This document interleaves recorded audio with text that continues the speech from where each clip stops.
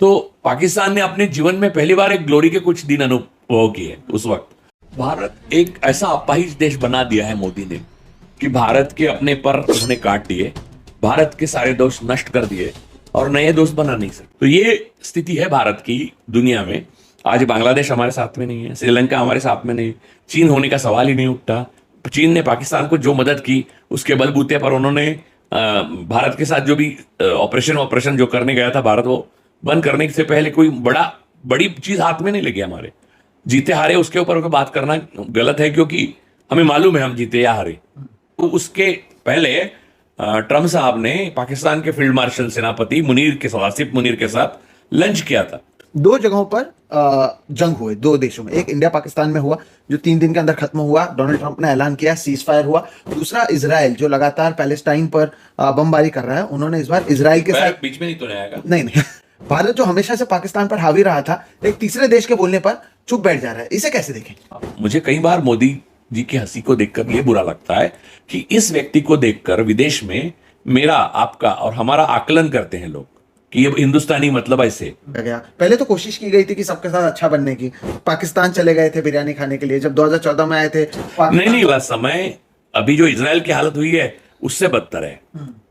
भारत और पाकिस्तान के बीच में मतभेद हुए तो हमारे साथ कोई भी खड़ा नहीं होता है देश, तो ये एक अपने आप में हैरान कर देने वाली बात है। सिंह के समय ऐसा माना जा रहा था कि जितनी ताकतवर चाइना हो रहा है वैसे ही ताकतवर भारत, हम हाथी और वो ड्रैगन, ऐसा माना जाता था। उससे अब यहाँ पर आ जाना कि अब हमारी तुलना पाकिस्तान से होने लग गई, पाकिस्तान से बराबरी होने लग गई, ये क्या दर्शाता है? पाकिस्तान में मैं पाकिस्तान, आई लव पाकिस्तान, मैं मोहब्बत करता हूँ पाकिस्तान की ओर से दिए जाते हैं। भारतीय तजिया निगार राजू पार्लिकर ने मोदी के ऑपरेशन सिंदूर को बेनकाब कर दिया। भारत का ये ऑपरेशन सिंदूर मोदी का कितना बड़ा ब्लंडर था, खुद भारत के अंदर से भी आवाजें उठना शुरू हो चुकी हैं। और पाकिस्तान कितना बड़ा फातेह रहा है इस जंग का, ये खुद भारतीय तजिया निगार बता रहे हैं। मजीद भारतीय तजिया निगार इस बारे में क्या कहते हैं, आइए वीडियो की जानिब बढ़ते हैं। तो ये स्थिति है भारत की दुनिया में। आज बांग्लादेश हमारे साथ में नहीं है, श्रीलंका हमारे साथ में नहीं, चीन होने का सवाल ही नहीं उठता। चीन ने पाकिस्तान को जो मदद की उसके बलबूते पर उन्होंने भारत के साथ जो भी ऑपरेशन जो करने गया था भारत, वो बंद करने से पहले कोई बड़ी चीज हाथ में नहीं लगी हमारे। जीते हारे उसके ऊपर बात करना गलत है, क्योंकि हमें मालूम है हम जीते या हारे। तो पाकिस्तान ने अपने जीवन में पहली बार एक ग्लोरी के कुछ दिन अनुभव किए उस वक्त। तो मुझे लगता है कि और मोदी जी जा रहे हैं जहां पर G7 में बुलाया नहीं है, कोई इनविटेशन का आरटीआई पूछा तो आरटीआई बोलता है, आरटीआई का जवाब क्या है मालूम है कि मोदी जी का इनविटेशन देने से दूसरों देशों के साथ संबंध बिगड़ सकते हैं, ये कॉन्फिडेंशियल मामला है। इसका मतलब कोई इनविटेशन नहीं है। तो दूसरी बात यह है कि वहां जाकर वो मैक्रॉन साहब से मिले, हंसे, तो दूसरे दिन आता है कि दसौं का वो फ्रेंच कंपनी का काम अनिल अंबानी के साथ फाल्कन 2000 शुरू हो रहा है। तो आप समझिए इधर आग में झुलस रहा है मध्य पूर्व आशिया, दक्षिण आशिया। प्रधानमंत्री भारत का हिंदुस्तान में बैठ के उसकी पूरी शतरंज की पट खेलना चाहिए। हमारे क्रोएशिया और जो अंदर जो देश है, यशवंत सिन्हा से ही कहते हैं, तिम्बकतू छोड़कर सब जगह घूम रहे थे और अंबानी और अडानी के कॉन्ट्रैक्ट्स ला रहे थे, बस खत्म। तो आगे जाके जब हम वर्ल्ड पॉलिटिक्स की बात करते हैं, इसका इम्पैक्ट अपने देश पर कितना पड़ता हुआ आप देख रहे हैं कि हम कुछ लोगों के लिए पूरे देश, उसके इतिहास, उसके रिलेशंस को दाव पर लगा रहे हैं। अभी जैसे कि मैं एक एग्जांपल देता हूं, आप ही ने कहा कि कैसे प्रधानमंत्री मोदी ने, नहीं करता ऐसा कोई देश नहीं करता। जैसे कि नरेंद्र मोदी ने अमेरिका में जब जो बाइडेन थे, सबसे महंगा हीरा और कई करोड़ रुपयों का हीरा जो है वहां पर दिया था, उसका फायदा क्या हुआ? हमारे लोगों को बाद में, जैसे डोनाल्ड ट्रंप जिनके लिए इन्होंने अहमदाबाद में इतना बड़ा स्टेडियम खचाखच भर दिया था, उन्होंने भारतीयों को हाथ पैर में हथकड़ी बांधकर भेजा, उन्होंने भारत पर 27% टैरिफ लगाया, उन्होंने सीज फायर का ऐलान किया, 17 बार कहा अब तक सीज फायर। और मोदी ने बीच में इनकी विदेश नीति की किसी धज्जिया उड़ी, देखिए वो कौन, मिश्री जी जो विदेश सचिव है, उन्होंने बड़ी बड़ी आवाज में कहा, बेचारे उनको जो कहा गया वो कहेंगे, उनकी कोई गलती नहीं है। उन्होंने कहा कि 35 मिनट बात हुई प्रधानमंत्री की अध्यक्ष ट्रंप से, और उसमें बोला कि हमने सीज फायर वगैरह आपके कहने से नहीं की है, वो सब बातें की। 15 मिनट नहीं गए तो ट्रंप साहब ने बोला कि मैंने सीज फायर करवाया। और उसके पहले ट्रंप साहब ने पाकिस्तान के फील्ड मार्शल सेनापति आसिफ मुनीर के साथ लंच किया था। और कनाडा से आते हुए वहां पर हिंदी में भाषण करते हुए मोदी जी ने कहा कि ट्रंप समय उड़ीसा में, तो मैं खास इनकी भगवान की धरती पे आया हूँ, मुझे ट्रम्प ने खाने पे बुलाया था, मैंने बोला माफ कीजिए मुझे, मैं नहीं आ सकता, मुझे प्रभु की धरती पे जाना। अरे कुछ नहीं यार, वो खाने पे जाते तो मुनीर साहब के साथ खिलाते उनको। तो बात समझिए, वो प्रधानमंत्री भी नहीं है पाकिस्तान के। तो मैं पूछूं कि भारत का जनरल कौन है, तो आप बात करने से पहले 2 मिनट सोचेंगे। तो वो लेवल के आदमी के साथ तो बात समझिए कि कोई स्टेटस नहीं, कोई डिग्निटी नहीं, कोई नेक इरादे नहीं। हम पूरी तरह से भारत की विदेश नीति लहूलुहान होके तड़प रही है और मोदी के इंटरेस्ट सिर्फ अडानी और अंबानी में है। तो इनके प्रधानमंत्री पद जाने से, प्रधानमंत्री पद से हटने के सिवाय भारत के उत्थान का कोई रास्ता मुझे नहीं दिखाई देता।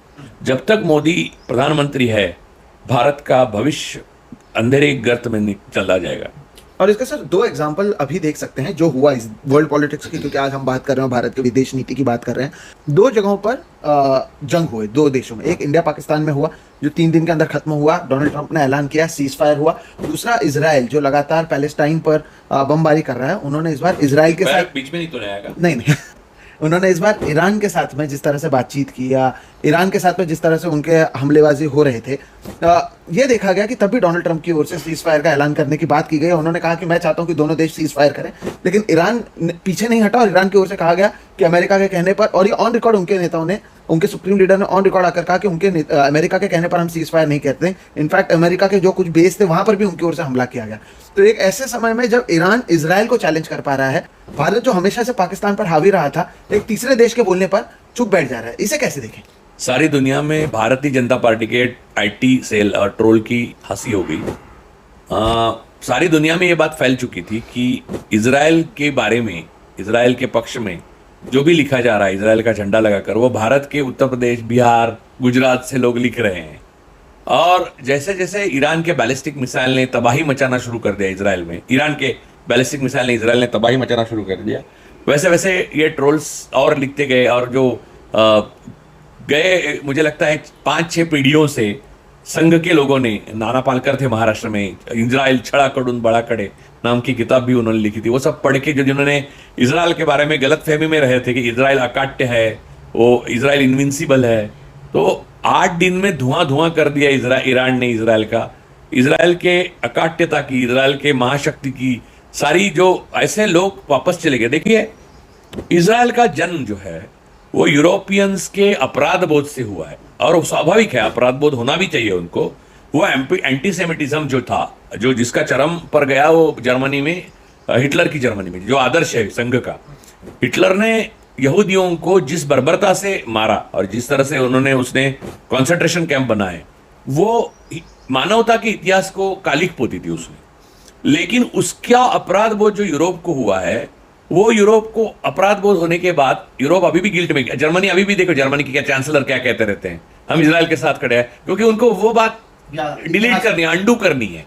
लेकिन उसके लिए भुगतने के लिए पैलेस्टीन को क्यों बलि दी है आपने अपने स्टेट में? यूरोप में देते जगह इजराइल के लिए, पैलेस्टीन को दिया भी आपने। तो 2 देश जो है, पैलेस्टीन अपना एक देश रहेगा, इजराइल अपना एक देश रहेगा, दोनों शांतिपूर्ण रहेंगे, पूरा अरब वर्ल्ड शांति से रहेगा। ये क्यों नहीं मानते आप? तो इसका मतलब जो जर्मन चांसलर ने कहा है अभी कि हमारे कुछ गंदे काम इजराइल करता है तो हमें उनकी मदद करनी चाहिए, इससे बवाल हुआ जर्मनी में। तो जो गंदे काम करने वाला लोग हैं, उनके साथ हमारे मोदी जी हैं और आरएसएस हैं, तो वो कौन से अच्छे काम करेंगे? जो दुनिया के गंदे काम करने की जरूरत भारत को ना कभी पड़ी ना कभी पड़ेगी, लेकिन अभी पड़ रही है क्योंकि मोदी प्रधानमंत्री है। सही बात है। और इससे ये भी समझ में आता है कि जो रिश्ते हैं हमारे, पाकिस्तान से खराब थे, चाइना से खराब थे, अब ईरान से खराब हो चुके हैं। हम पैलेस्टाइन के लिए कोई भूमिका ले नहीं रहे हैं, यूएस में हमारा चलता नहीं है। डोनाल्ड ट्रंप ने तो ये भी कह दिया कि अगर एप्पल इंडिया में आकर अपने सामानों को बनाता है तो हम एप्पल पे ही टैरिफ लगाएंगे। उसके साथ ही साथ सर ये देखा गया कि पिछले 11 सालों में खास तौर पर ये जो हमारे आसपास के दूसरे देश थे, नेपाल, बांग्लादेश, भूटान, श्रीलंका, इन सबसे भी हमारे रिश्ते कहीं ना कहीं खराब हुए। और अभी आप देखिए कि क्या हुआ था जब ऑपरेशन सिंदूर हुआ और उसके बाद हमने हमारे एमपीज को चुना कि आप अलग अलग देशों में जाकर भारत की भूमिका को रखेंगे। ये अफ्रीका से लेकर तमाम देशों में गए, लेकिन इनमें से कोई भी, ये जो हमारे पड़ोसी देश है, चाइना इंक्लूडेड, आपको जाना चाहिए था, अपने एमपीज को वहां पे भेजना चाहिए था कि ये भारत की भूमिका है। ये जो आसपास के हमारे देश हैं वहां पर नहीं जाते हुए हम अफ्रीका और दूसरे दूसरे कॉन्टिनेंट्स में जाकर कांगो में गए हम लोग, कांगो में गए हम लोग, लाइबेरिया में गए हम लोगों के एमपीज क्यूबा में, और नहीं सबसे बेहतरीन है कि ब्राजील और यूनाइटेड स्टेट्स में भी शशि थरूर गए। किया क्या उन्होंने? मुझे जानना है। अब शशि थरूर तो इतने बह चुके हैं कि कल या परसों बयान दिया कि सबसे बड़ी एसेट भारत की मोदी जी है। भारत की सबसे बड़ी लायबिलिटी अगर आपको सबसे बड़ी एसेट लगती है तो क्यों ना आप एसेट में अपनी एसेट भी मिला लेते हैं। तो बात यह है कि भारत की विदेश नीति का कोई भविष्य नहीं है जब तक मोदी सत्ता में है। जितने जल्दी हो सके आरएसएस और मोदी और बीजेपी की सत्ता का पतन अनिवार्य है, बिना उसके भारत की विदेश नीति का उत्थान मुमकिन नहीं है। लेकिन क्या ये जनता समझ रही है? हर रोज हम देखते हैं एस जयशंकर का चश्मा पहनकर देखिए, जनता समझे ना समझे जो है वो है। देखिए, जनता ये भी नहीं समझती कि 5 + 5 = 10, यानी 5 + 5 = 10, 5 और 5 10 होते हैं। ये अगर जनता नहीं समझ रही है तो क्या सत्य बदलता है? नहीं बदलेगा ना, 10 ही होगा ना। तो ये जनता समझती है नहीं समझती से ऊपर वाली बात है विदेश नीति। जयशंकर की बात जहां तक की, उनको तो सुब्रमण्यम स्वामी वेटर कहते हैं, मैं तो ऐसा नहीं कहूंगा, क्योंकि वो एक अधिकारी है, पूर्व अधिकारी, पूर्व डिप्लोमेट है, और वो अपनी महत्वाकांक्षा से प्रेरित होके या कोई अलग उनके पिता पे अन्याय हुआ था उसके प्रतिशोध की भावना से वो मोदी जी से जुड़ गए हैं। जैसे नाजी पार्टी में कई लोग कई ऐसे पर्सनल वजह से आए थे, वैसे तो मोदी जी ने उनको परराष्ट्र मंत्री बनाया, विदेश मंत्री बनाया। तो वो कहते हैं कि मोदी नहीं होते तो मैं विदेश मंत्री नहीं बनता, और ये स्वाभाविक भी है। इतना कमजोर आदमी को कौन विदेश मंत्री बनाता? कोई इंटेलिजेंट प्रधानमंत्री तो नहीं बना सकता। मोदी जी के लिए यही काफी है कि जयशंकर अच्छी इंग्लिश बोल लेता है, शशि थरूर की भी यही योग्यता है, बाकी कुछ आता ही नहीं आता है, मोदी जी अंदर जाते नहीं है।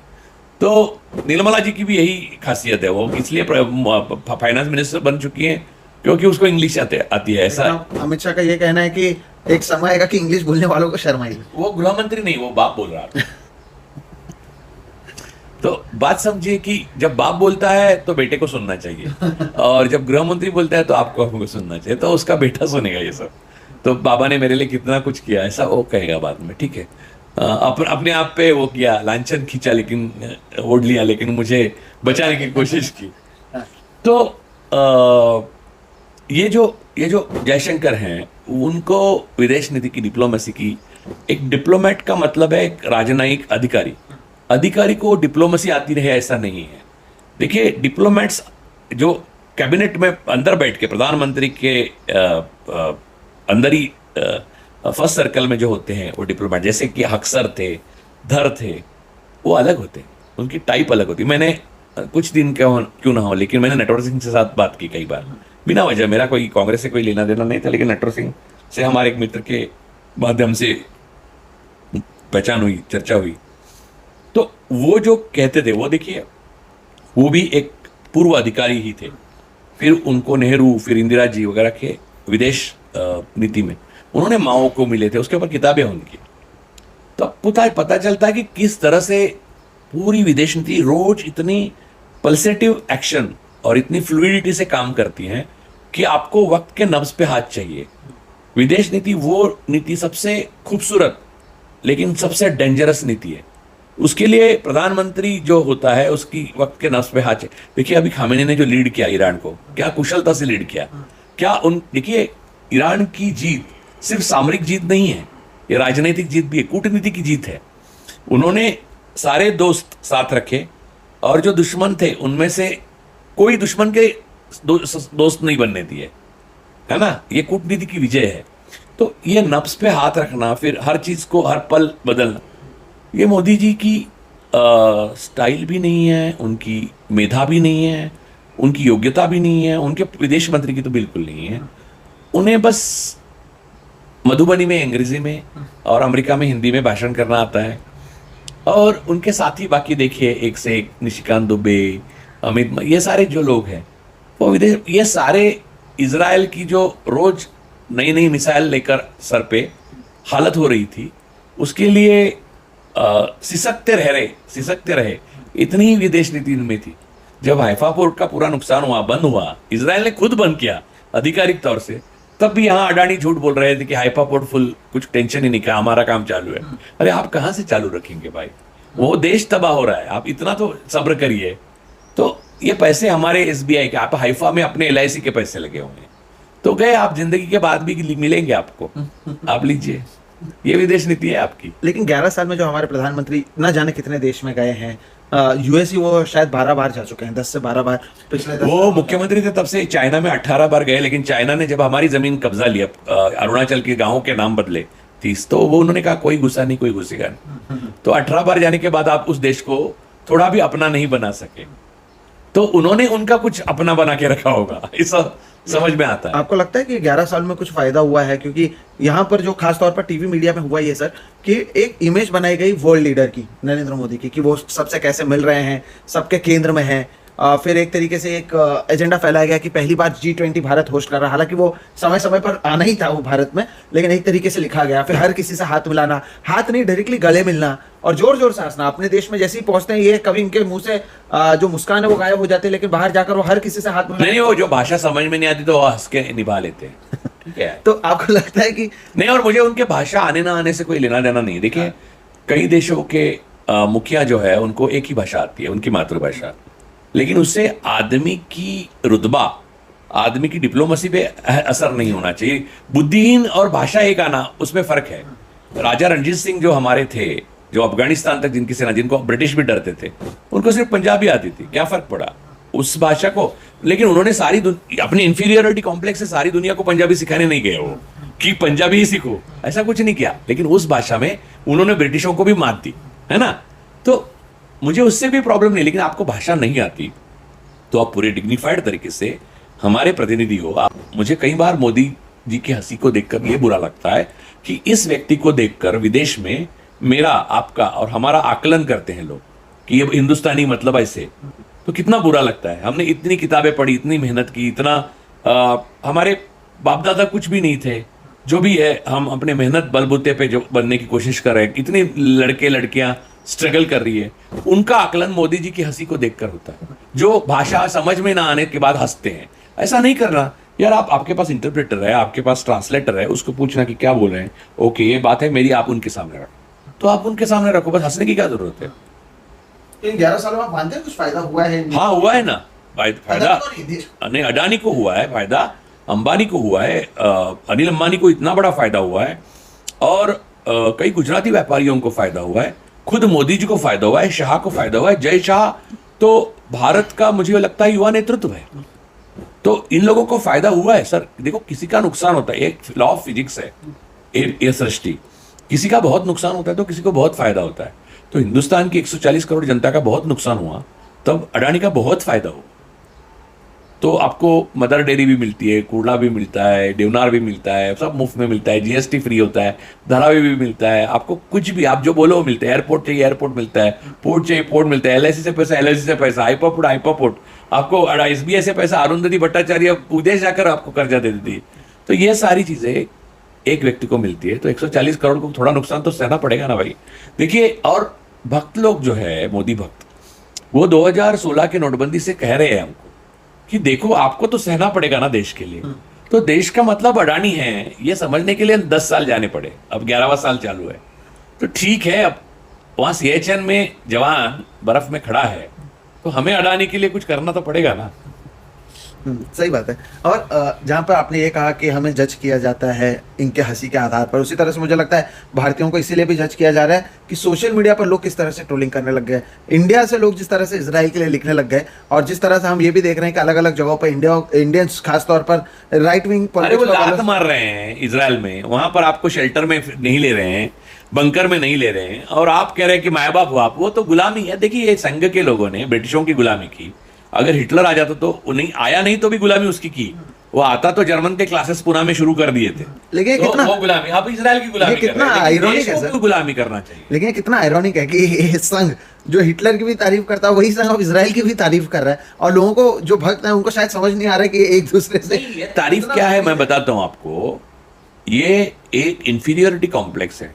RSS हिटलर की तारीफ करता है क्योंकि वो बलवान लगा, इजराइल की तारीफ करने लगा क्योंकि वो बलवान लगा। वो दुर्बल को दबाना और जो बलवान है उसके सामने लेट जाना, यही RSS की परम फिलॉसफी है, इसके सिवाय कोई फिलॉसफी नहीं। तो इजराइल और हिटलर में कोई आइडियोलॉजिकल प्रॉब्लम है, एंटीसेमिटिज्म बहुत बड़ा गुनाह है, यहूदियों को हिटलर ने जो किया है वो गलत है, हिटलर का नाम भी हमें लेना नहीं चाहिए और यहूदियों के प्रति हमारी पूरी हमदर्दी होनी चाहिए, लेकिन इजराइल का भी बल प्रयोग जो है पैलेस्तीन पे वो भी सहना नहीं चाहिए। ये सब समझने के लिए आपको मानवता, इतिहास, फिलॉसफी, इंग्लिश और लैंग्वेज सब कुछ आना चाहिए। इन लोगों को कुछ सीखना नहीं है, दूसरे को सीखने से मना करना है और गोमूत्र और गोबर में पड़े रहना है। तो कैसे होगा? ये आपको विदेश नीति तक कहां तक ले जाएंगे यार? ये इनकी देश नीति अभी तक नहीं तय हो चुकी, तो विदेश नीति की क्या बात कर रहे हैं आप? इसका भविष्य में कितना असर आप देखते हैं? हर जगह से, यूएस से ले लीजिए आप, या अदानी की वजह से तमाम देश, श्रीलंका से लेकर बांग्लादेश से लेकर ऑस्ट्रेलिया से लेकर केन्या से लेकर, अदानी की वजह से भारत और इन तमाम देशों के जो रिश्ते हैं वो खराब हुए हैं। Australia, United states of America, Congo, और अडानी कहता है कि मेरे ऊपर कोई गुनाह नहीं है, मैं लिखूंगा अभी कितने गुनाह है और कहां कहां है और कागज के साथ लिखूंगा। लेकिन इसका असर तो पड़ेगा ना सर, कि जैसे हमने अभी देखा जब ऑपरेशन सिंदूर हुआ या पाकिस्तान पर हम। और आपको एक बात बताता हूं मजेदार, और ये बात रूपक एक बहुत बड़ा रिप्रेजेंट करती हिंदुस्तान के फॉरेन सेक्रेटरी मिस्री साहब जब प्रधानमंत्री मोदी जी ने ट्रम्प साहब को हड़काया वाली जो बयान दे रहे थे, 35 मिनट हड़काया, उनको कहा कि सीज़फायर हमने आपके कहने से, हमने अपने, वो सारी बातें कर रहे थे, तो भारत के विदेश सचिव के पीछे तिरंगा नहीं था। आपने देखा होगा, मार्क नहीं किया, आप देखिए वो वीडियो, उसके पीछे तिरंगा नहीं था। लेकिन हिंडनबर्ग रिपोर्ट के बाद में ऑस्ट्रेलिया से अडानी का सीएफओ जो भाषण कर रहा था, जो झूठ था, वो उसके पीछे तिरंगा था। तो इसी में पता चलता है कि आरएसएस, बीजेपी और मोदी की विदेश नीति और देश नीति क्या है और हम किस तरफ जा रहे हैं। और अपने आसपास के जो पड़ोसी हैं उनसे भी जो रिश्ते खराब हुए हैं ना, कितने सालों की मेहनत को पिछले 11 सालों में जिस तरह से खराब किया गया। पहले तो कोशिश की गई थी कि सबके साथ अच्छा बनने की, पाकिस्तान चले गए थे बिरयानी खाने के लिए जब 2014 में आए थे। नहीं, वो उसको देखिए, उसको नीति का मतलब एक है, उसमें कंसिस्टेंसी होती है, उसमें स्ट्रेटजी होती है, उसमें डिप्लोमेसी होती है, उसमें दूर की सोच होती है। ये अचानक कहीं उठ के कहीं जाना, इसका मतलब मेरे मन को भाया मैंने कुत्ता काट के खाया वाली बात हो गई। वो नीति नहीं है, वो सनक है। नीति का मतलब अलग होता है, सनक का मतलब अलग होता है। विदेश नीति किसी की सनक से नहीं चलती। तो इससे अब आगे क्या, मतलब अपने आप को फिर से ग्लोबल लेवल पर एस्टैब्लिश हमें फिर से करना पड़ेगा, यानी ये जो 70-75 साल की मोदी को सत्ता से उतारना, कुर्सी से उतारना, उनके मोदी और उनके साथियों को, ये पहला लक्ष्य है विदेश नीति में कामयाब हिंदुस्तान को होने का। मोदी के उतरने के बाद 10 साल लगेंगे फिर से भारत को प्रस्तापित होने में एक विदेश नीति में। 10 साल से ज्यादा समय लगेगा, मेहनत बहुत लगेगी, और सारे मेधावी युवा और नेता इकट्ठे आकर काम करेंगे तो भारत की साख बनेगी और फिर से भारत विश्व विजयी हो जाएगा। नहीं तो भारत के लिए आने वाला समय अभी जो इजराइल की हालत हुई है उससे बदतर है। बिल्कुल दोस्तों, देखिए यहाँ पर 2-3 चीज़ें आपको समझने की बहुत ज़रूरत है कि हम विदेश नीति की बात क्यों कर रहे हैं। नंबर 1 ये कि जिस तरह से भारत और पाकिस्तान के बीच में मतभेद हुए तो हमारे साथ कोई भी खड़ा नहीं होता है देश, तो ये एक अपने आप में हैरान कर देने वाली बात है कि ये वही नेहरू वाला भारत है जो नॉन अलाइनमेंट की बात करते हुए दुनिया भर में 1947 के बाद 1953 से जब शुरुआत की थी, जिस भारत ने इसे लीड किया था, उस भारत के साथ कोई खड़े होने को अगर तैयार नहीं है, अगर हम केवल और केवल अदानी जहाँ जहाँ पर बिजनेस कर रहे हैं उसके आधार पर हम देशों से दोस्ती या दुश्मनी तय कर रहे हैं, तो इसका भविष्य पर हम पर असर जरूर पड़ेगा। और राजू सर, वो जो आखिरी सवाल है वो मेरा आपसे यही है कि एक समय था जब साउथ एशिया में खासतौर पर इंडिया को एक सुपर पावर माना जा रहा था या इंडिया को एक इमर्जिंग पावर माना जा रहा था। एक ऐसे समय में जब चाइना बदल रहा था, चाइना बढ़ रहा था, मनमोहन सिंह के समय ऐसा माना जा रहा था कि जितनी ताकतवर चाइना हो रहा है वैसे ही ताकतवर भारत, हम हाथी और वो ड्रैगन, ऐसा माना जाता था। उससे अब यहाँ पर आ जाना कि अब हमारी तुलना पाकिस्तान से होने लग गई, पाकिस्तान से बराबरी होने लग गई, ये क्या दर्शाता है? और खास तौर पर साउथ एशिया की अगर बात करें, जहाँ अगर हम हमारे आसपास के देशों के साथ भी इतनी दुश्मनी कर रहे हैं, तो दूरदृष्टि की अगर बात करें तो इसका तो असर हम सभी पर नहीं। अभी अब अपना ईरान मित्र नहीं रहा, इजराइल इतना दुर्बल हो चुका है अब कि अमेरिका के साथ दिए बिना इजराइल खड़ा भी नहीं रह सकता। रही बात, और वैसे भी देश को इतने बड़ी क्षति के बाद खड़ा रहने में बहुत टाइम लगेगा, तो इनकी मदद करते वो खड़ा रहे, वो सब बहुत अलग अलग बातें हैं, उसके अलग पहलू है, आगे जाकर आपको दिखेंगे। और सामरिक दृष्टि से और राजनैतिक दृष्टि से और व्यापारिक दृष्टि से दूर दूर तक हमारा कोई दोस्त ही नहीं है। देखिए, ईरान हमारा हम पे विश्वास आप रखेगा, क्यों रखे? अरब कंट्रीज में ने हमारी पूरी पॉलिसी देखी, वो भले ही गले लगाए, भले ही बेस्ट ये दे दे, मेडल दे दे, देश का सर्वोच्च सम्मान प्रदान करे, वो भारत के प्रधानमंत्री को करते हैं, मोदी को नहीं करते। इंदिरा की खुद की अपनी एक डिग्निटी थी, अपना दबाव था, उनके आने से एक दबाव बन जाता था, वो नहीं है ये। यासिर अराफत उस समय कहते यासिर थे, अराफत बहन मानते थे, फिडेल कैस्ट्रो मानते थे, ये सारे विश्व के बड़े नेता रोए हैं इंदिरा जी के जाने के बाद। खैर, लेकिन आपको मैं बात बताता हूं कि ये जो स्थिति है वो अभूतपूर्व है भारत के लिए। विदेश नीति में हमारा एक भी दोस्त नजर नहीं आ रहा है। हमारे दुश्मन बहुत है, पाकिस्तान तो है ही, चाइना। हमको तोड़ने के लिए, हमें अलग करने के लिए, हमारी ज़मीन या हमारे जो रिसोर्सेस है वो काबू करने के लिए बहुत भारी शक्तियां, ताकतवर शक्तियां काम कर रही है। और अंदर से एक दिमाग लगा हुआ है अडानी जैसा, जो देखिए लाल कृष्ण आडवाणी जब प्रधानमंत्री पद के लिए उम्मीदवार बनने जा रहे थे, आज से 11 साल पहले की बात है, इसी महीने में 10 दिन पहले, तब मोदी ने अपना प्रधानमंत्री पद का दावा ठोक दिया और उन्होंने कहा कि मेरे साथ अंबानी अडानी आएंगे और वो पैसा लगाएंगे। तब ये हुआ था, वो कैसे हुआ वो ढूंढना जरूरी है पीछे जाके, लेकिन वो बाद में हम लोग कभी स्टडी करेंगे। अडवाणी के साथ, अडवाणी ने ये व्यवहार में कभी ध्यान नहीं दिया क्योंकि अडवाणी के साथ महाजन रहते थे, प्रमोद महाजन, और ये पैसे की व्यवस्था सारी प्रमोद महाजन देखते थे। प्रमोद महाजन का खून हो गया, हत्या हो गई, तो उसके बाद अडवाणी के पास ऐसा कुछ नहीं था कि वो सारे बिजनेसमैन। तो भारतीय जनता पार्टी के जो लोग हैं, जिसमें राजनाथ सिंह है, गडकरी है, ये लोग जो है, इन्होंने कू किया और कहा कि नहीं, जो पैसा लाएगा वही प्रधानमंत्री पद का उम्मीदवार होगा। अब प्रधानमंत्री पद के उम्मीदवार का चयन जो है वो आपकी क्वालिटीज पे नहीं हुआ, आपकी एलिजिबिलिटी पे नहीं हुआ, आप पैसा लाएंगे तो होगा। तो पैसा लाया तो अडानी अंबानी के को हमने डिक्लेयर किया 1100 करोड़ वहीं पे कि मोदी जी पे लगाएंगे। तो आप समझिए कि देश एक तरह से इन्होंने उसी दिन खरीद लिया और बीजेपी ने वो दे दिया। बीजेपी का एक अकेले मोदी हमारे देश का गलत नहीं हुआ है, ये लोग सारे लोग जो है उनके कैबिनेट के, जिन्होंने उनको उस तब साथ दिया था। अब सुब्रमण्यम स्वामी रोते हैं, लेकिन ये लोग सब लोग हैं। राम जेठमलानी ने माफी मांगी आखिर, तो ये लोगों ने साथ देकर ये देश को इस राह पे खड़ा कर दिया कि देश का कोई दोस्त नहीं, अंदर दिमाग लगा हुआ है अडानी अंबानी जैसे, और देश की अपनी संप्रभुता खतरे में है और देश के युवाओं को कोई भविष्य नहीं। साइंटिफिक टेम्परामेंट हम भूल चुके हैं, गोबर गोमूत्र में हम रेंग रहे हैं, ये लेवल पे हम आ गए हैं और दुनिया ये सब कुछ जानती है। आपको बताने की जरूरत नहीं कि दुनिया कोई आईटी सेल के ट्रोल को पढ़ के या हरीन जोशी को अपॉइंटेड गोदी मीडिया को पढ़ के वो नहीं करता, तय नहीं करता। उनके अपने सोर्सेस है, उनके अपने लोग हैं। तो लोगों को मालूम है इस देश में अब है क्या, ऐसा सोचते हैं। जब तक सत्ता बदलाव नहीं होता और वो बदलाव अच्छा होने के बाद 10 साल, कम से कम 5 से 10 साल मेहनत करने के बाद फिर देश बनेगा। ये जो हमारे पूर्वजों ने 70 साल मेहनत करके जो बनाया था वो मोदी, अडानी, अंबानी सब खा चुके हैं। Thank you, good bye, tata. दर्शकों, जैसे कि आपने सुना, और ये बहुत महत्वपूर्ण है कि कैसे आपकी विदेश नीति बदलती है, आपका नेतृत्व बदलता है तो उसका आपके देश पर कितना असर पड़ता है। एक उदाहरण के साथ ही से खत्म करूंगा कि जब 26/11 भारत पर हमला हुआ था, तब बराक ओबामा जो यूएस के प्रेसिडेंट थे, उन्होंने पाकिस्तान पर दबाव लाया था। उन्होंने कहा था कि ऐसा आतंकवाद नहीं चलेगा। कट टू 2025 जब पहलगाम में हमला होता है और डोनाल्ड ट्रंप से पूछा जाता है तो डोनाल्ड ट्रंप कहते हैं कि मेरे इंडिया और पाकिस्तान दोनों से अच्छे रिश्ते हैं। पाकिस्तान में मैं पाकिस्तान, आई लव पाकिस्तान, मैं मोहब्बत करता हूँ पाकिस्तान की ओर से दिए जाते हैं। और फिर उनके आर्मी चीफ को बुलाया जाता है, उनके साथ में लंच किया जाता है और साथ ही साथ बार बार ये ऐलान किया जाता है कि मैंने दोनों देशों को ट्रेड दिया है, दोनों ही ताकतवर देश हैं।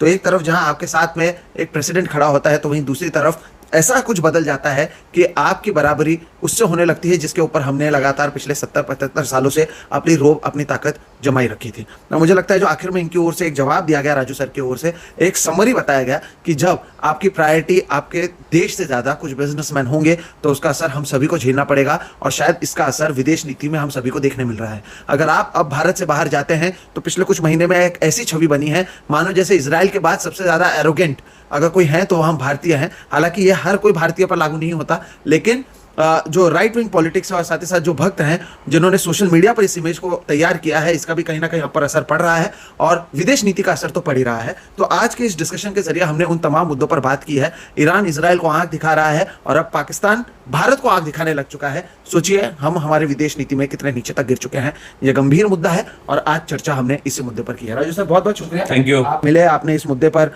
बातचीत की और मैं उम्मीद करता हूं कि जितनी गंभीरता से हमने चर्चा की है। दोस्तों, अगर आप मज़ीद ऐसी वीडियोस हासिल करना चाहते हैं तो हमारी वीडियो को लाइक कीजिए, हमारे चैनल को सब्सक्राइब कीजिए। शुक्रिया।